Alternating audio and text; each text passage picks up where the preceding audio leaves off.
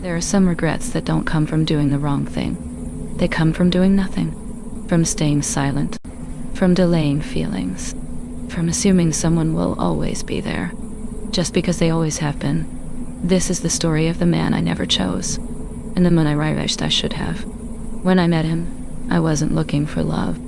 I was tired, emotionally messy, always carrying some kind of problem with me, and somehow he was always there when things went wrong. I met him through mutual friends. He wasn't loud. He didn't try to impress anyone. He was the kind of person you don't notice immediately, until you do. He listened more than he spoke, and when he spoke, he meant what he said. We started talking casually, then more often, then every day. At first it felt easy. Whenever I complained about my day, he listened. Whenever I was stressed about money, he helped, without making me feel small. Whenever I skipped meals because I was too busy or too sad, he showed up with food I liked. He remembered my favorites, the drink I always ordered, the snacks I loved but never bought for myself, the flowers I once mentioned casually in a conversation. He noticed things no one else did. If I was quiet, he asked why. If I was hurting, he stayed.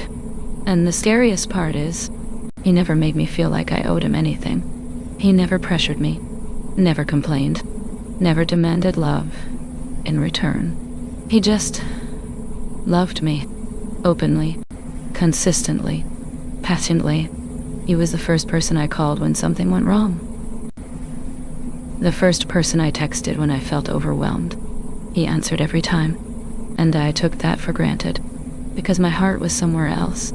There was another guy, the kind of guy who doesn't try, who doesn't show up, who doesn't care enough to stay. And somehow, I wanted him more. He was distant, cold, but always busy.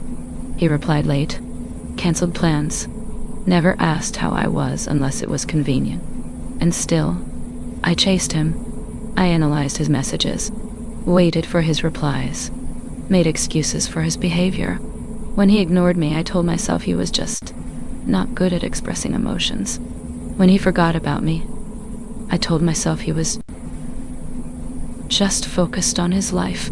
I wanted to be chosen by someone who didn't want me, while someone who wanted me completely stood right in front of me, and he saw everything. He knew about the other guy. I never hid it. I talked about my frustration, my confusion, my hope, and he listened, without jealousy, without judgment. Sometimes he gave advice. Sometimes he just stayed quiet, but his eyes always looked a little sad. There were moments when I almost chose him. Moments when I thought, maybe this is what real love looks like. But then the other guy would text, or call, or give me just enough attention to pull me back. And I would forget.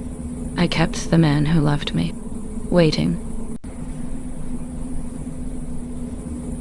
I didn't say no to him, but I never said yes either. I let him stay in that painful space where he was close enough to help me, but never close enough to be chosen. And he stayed, for a long time, until slowly, he stopped. At first, it was small. He replied a little slower, didn't ask as many questions, didn't check in as often. I noticed, but I didn't ask, because a part of me believed he would always be there. Then the messages became shorter. The conversations felt distant. He stopped sending me food photos, stopped asking if I had eaten, stopped showing up unannounced with my favorite things. I told myself he was busy. I told myself it was nothing. Until one day, he didn't text at all. One day became two. Two became a week. And suddenly, the silence felt loud. I wanted to reach out, but something stopped me. Pride. Guilt. Fear of hearing what I wasn't ready to accept. So I waited. Days turned into weeks. Weeks turned into months. 2 months passed, and he never came back. No explanation. No goodbye. Just gone. And that hurt more than I expected, because for the first time, I felt what it was like to be ignored, the same way I ignored his feelings. Then one evening, I saw him. I was walking through a cafe area with a friend when I noticed a familiar laugh. I turned my head, and there he was, sitting at a table near the window. Smiling, really smiling. Across from him sat a girl. She leaned toward him. She laughed at his jokes. She held his hand like she wasn't afraid to, and he looked at her the way he used to look at me.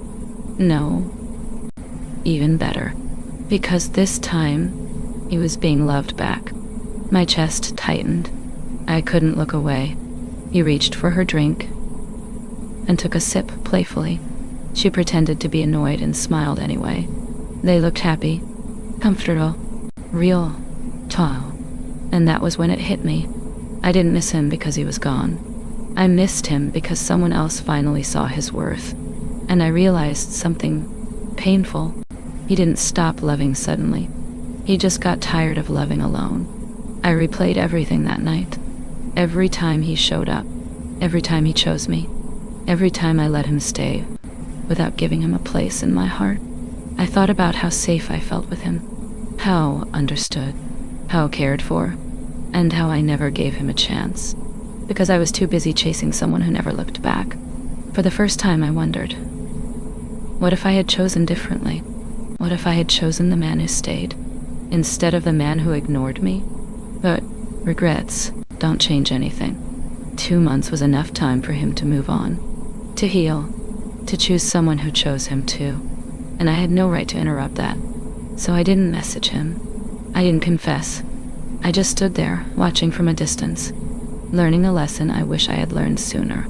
Sometimes the greatest love of your life doesn't arrive dramatically. Sometimes they arrive quietly, and leave quietly too.